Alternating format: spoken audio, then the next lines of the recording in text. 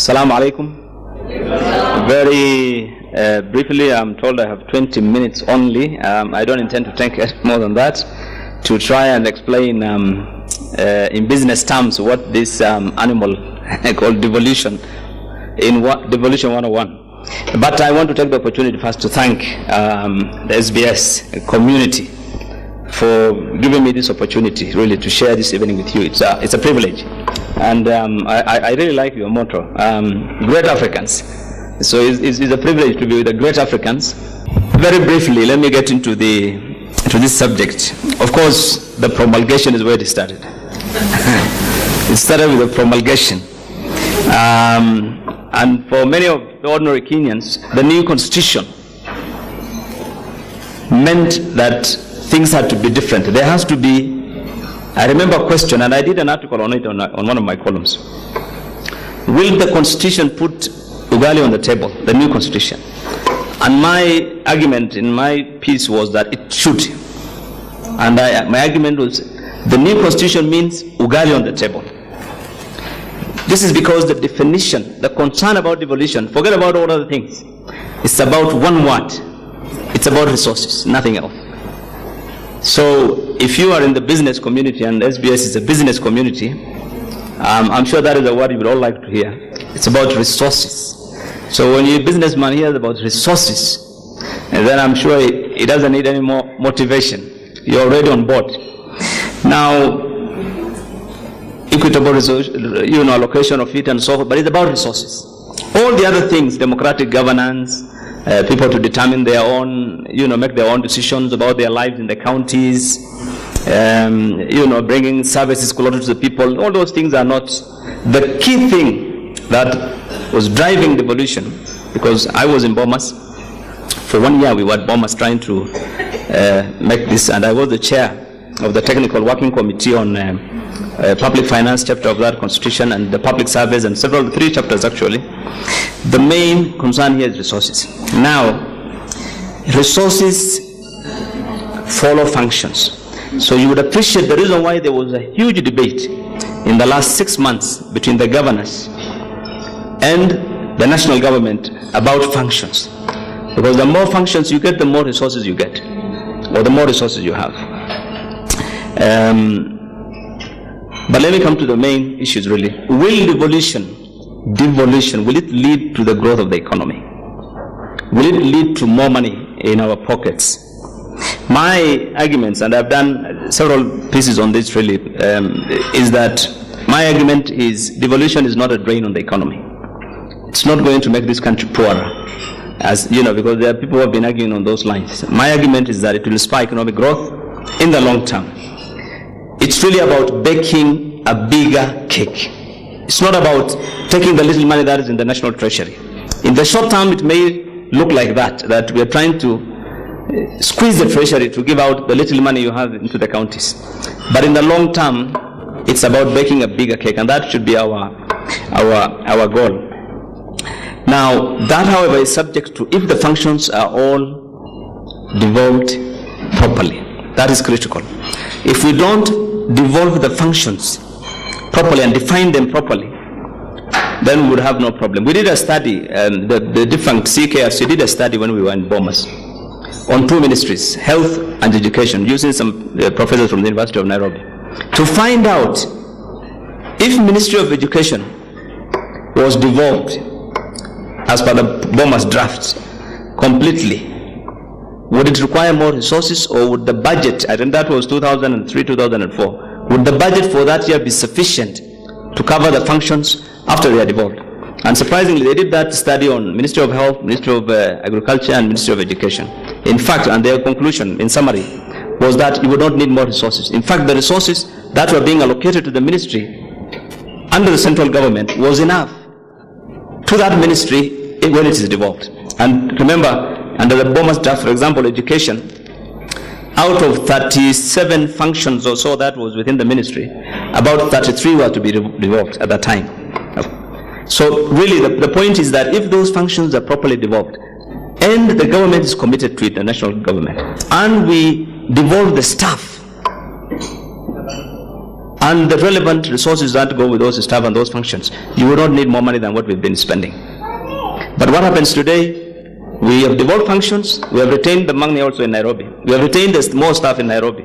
So Ministry of Health is 96% devolved, but you find 30-40 billion again must be allocated to the ministry. It is a matter that I don't want to go into, but that is unfortunately what is happening. This is why you find we'll find a problem. The other thing again, I want to mention 3-4 things that convince me that devolution will lead to growth of the economy. One, it will give us the opportunity to exploit our potential in each of the counties. The opportunity to exploit each of these counties.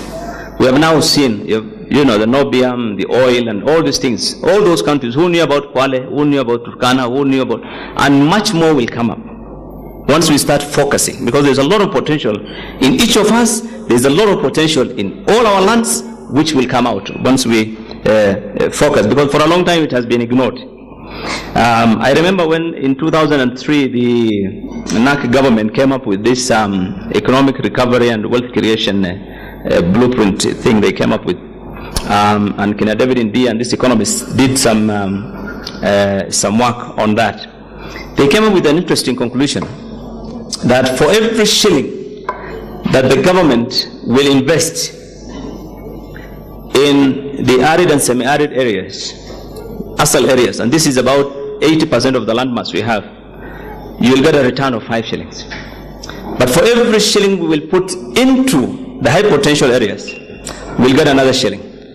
Nothing more than that. In other words, we are just putting money into areas that already are mature, that you are not getting anything more. But once you get out what we call arid areas, and at that time there was no issue of minerals, they didn't look at any of those resources that are there, the natural resources. They simply looked at other issues in terms of agriculture, in terms of livestock, in terms of so many other things. The second thing again is the devolution thing about the counties. It's going to develop entrepreneurship. There's no doubt about it. There are a lot of skills, people will get the opportunity to think about business. It's happening now. Ask him about his county, Nano. Ask me about Mandera County. Everyone is thinking about business in all those counties now. How to start, what will you do? Counties are coming, government is coming, resources are coming. Everyone is trying to think, to develop their skills in business and so forth. So that opportunity itself creates more potential again for the economy. Thirdly, it expands our the ideas. It gives us the opportunity to expand on policies. But what you have in the devolution is you have an assembly that is like parliament, and you have a government like the executive. So these assemblies are required to develop policies. The government, the county government, they must develop their own development policies. They have to come up with their own ideas and so forth. And so it gives people an opportunity really to sit down, take a piece of paper and think, what do we do? What do we do? So that's why you find in the media advertisement, professionals from county A having a meeting, professionals from county B having a meeting. People are thinking, what do we do? How do we turn around that place? What can we do? What can we develop? What can we exploit? So it gives you the opportunity to think out of the box, really. And I think that really is giving opportunity for empowerment of the people economically. The fourth thing is it will attract investments. You have seen many of the counties conducting what they call investment forums. It's giving opportunity for investors to come into the counties.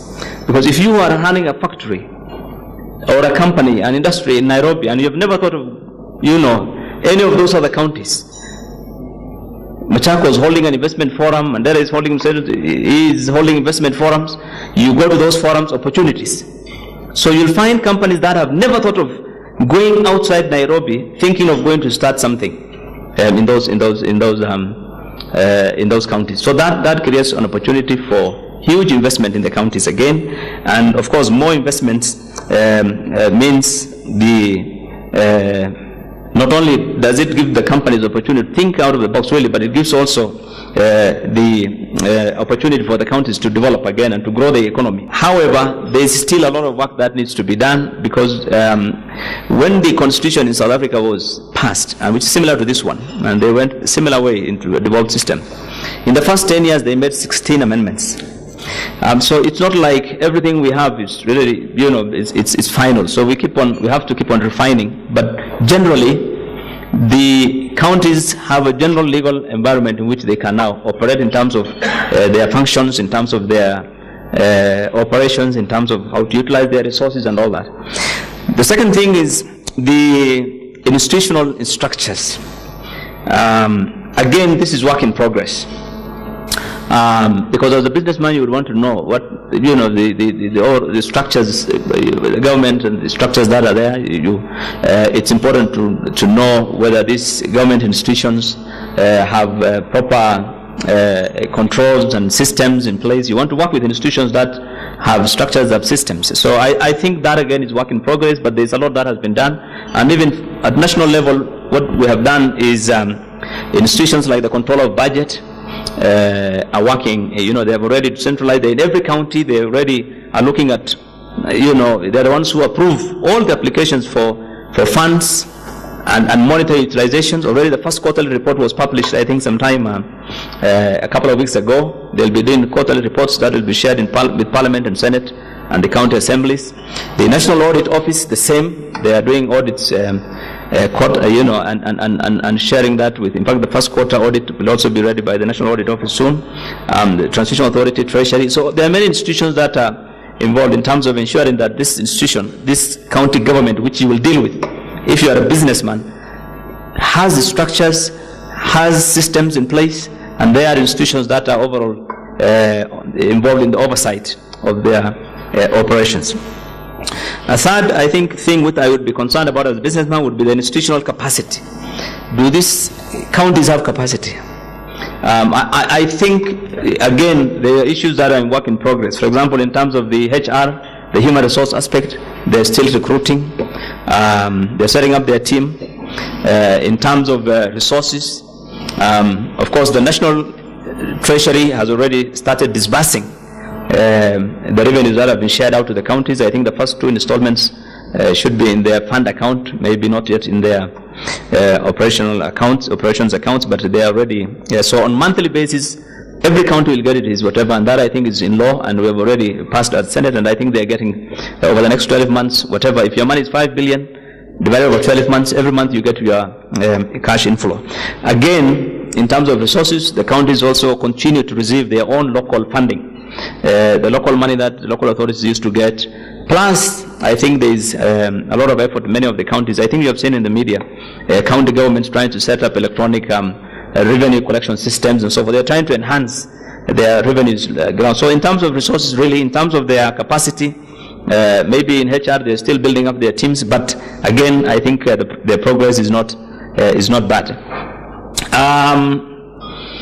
In terms of law enforcement, I'm sure the business is a critical environment in which businessmen would want to look at. The judiciary, for example, in most of those counties are after their reforms are operational and working. The security is a major concern. In the same way it's a concern nationally, it's also a concern in the counties. But we have seen a lot of effort by some of the county governments to try and buy vehicles for the police, try to make them mobile, try to assist as much as they can so that security is in their own areas, although they're not really directly responsible for, I think, but they're trying to collaborate with the national governments to ensure that security. So I think generally those are the key areas that I would very briefly say in terms of the business environment. I would say generally there's a lot that is being done. Let me look at then the opportunities maybe in the areas. Again, I would summarize them very quickly. In my own assessment, and from what we have seen, there are areas which have business opportunities in the county governments. The first one I think that comes to mind is in infrastructure. One of the main concerns of every county government is to try and build their roads, try and put up infrastructure as much as they can. And so if you are in that industry, it's one of the areas that you will see a lot of activity and where the second is in the area of construction. There's a lot of that again going on. A number of counties are also thinking of industries. In fact, I think there is a bill that is coming up, industrial development for something for counties. I think some people are proposing a bill on that, and I've seen some drafts. The thinking is that there are a number of counties that actually feel that they can put up some, cottage industries or even, that kind of thing in their counties. I'll give you an example. In my county, I think in one of the first budget that they did, the governor for Mandera, I think that's true, that he wants to put up an international abattoir for export of meat directly, because he wants to put up an airport also. But they also has a factory for making grease from, we have a river and so forth. So if you look at most of the counties, you'll find industries coming up.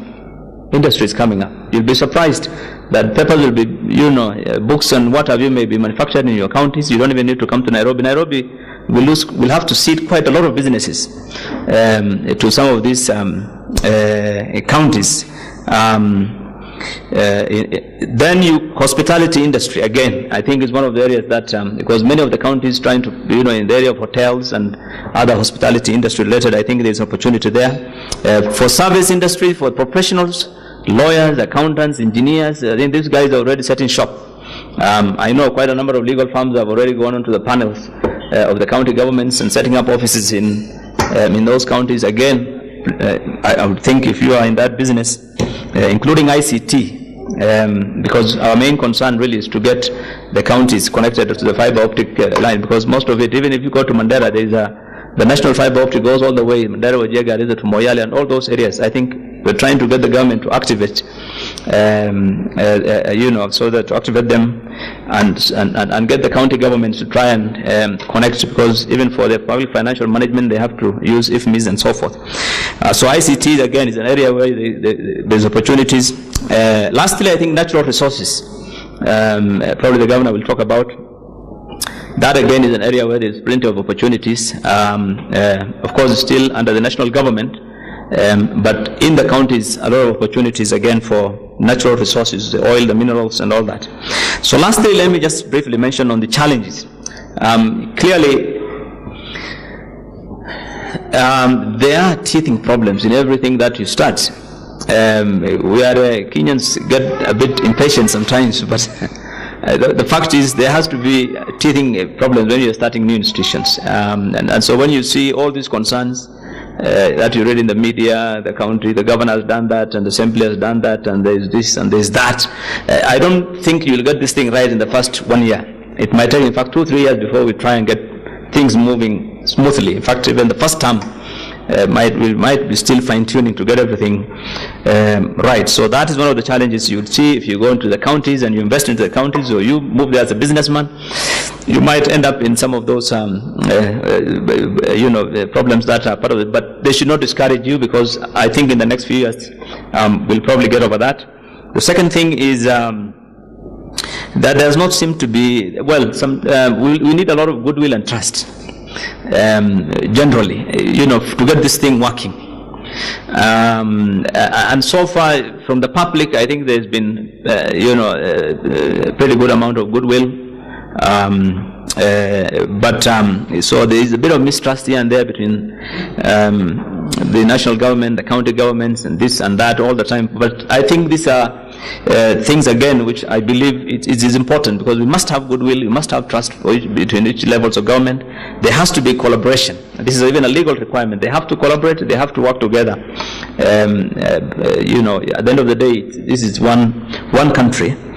And lastly, I think there are concerns, there are challenges in terms of accountability issues. Concerns that we are devolving corruption to the counties, we are, integrity issues, and Kenyans raising all kinds of questions on that. Again, personally, I think a friend of mine keeps saying that it took this government, national government, 50 years and they're still talking of corruption. So why are they concerned about counties? They're just a few months. They'll get this thing right. But I think generally the thinking is that we've seen the national. We don't want that to be replicated in the counties. So everybody wants to see county governments to be different, but the people are the same.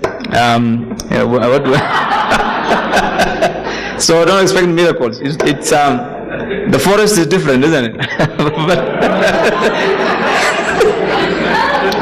But I think we are trying, and I think the government is put in place a lot of measures to try and, I mentioned earlier, the Office of the Controller of Budget, the National Audit Office, the Treasury, then we have other oversight groups like the National Assembly, the Senate. So there's a lot of really focus on this county to try and get things right. Then in the county itself, the County Assembly has a huge mandate to try and get, to ensure that the county executive, the county governance team are running things